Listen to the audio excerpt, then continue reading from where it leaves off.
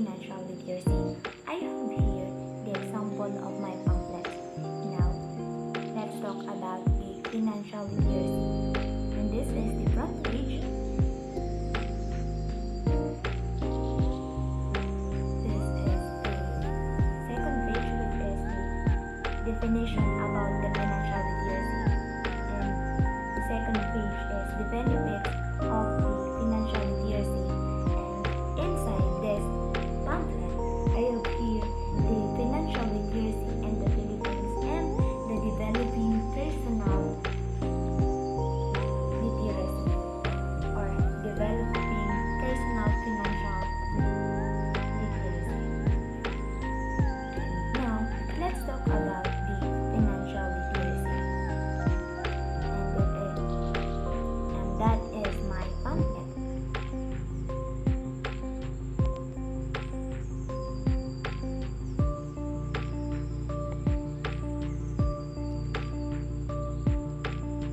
So, what is financial literacy? So, when we say financial literacy is the ability to read, analyze, and manage and communicate about the financial condition that affect material well-being. So, ito yung ability natin na bumasa, mag-analyze at mag-manage at makipag-communicate about sa financial natin and about sa financial condition na nakaka-apekto sa ating material well-being. And meron din tayong tinatawag na financial literacy. Nagre-refer ito as knowledge as financial product. And meron din knowledge as financial concept. And financial literacy refers as having a mathematical skills and numeracy and necessary for effective financial decision making. Dapat daw marunong tayo sa mathematical skills and numeracy skills para maging effective yung financial decision making natin.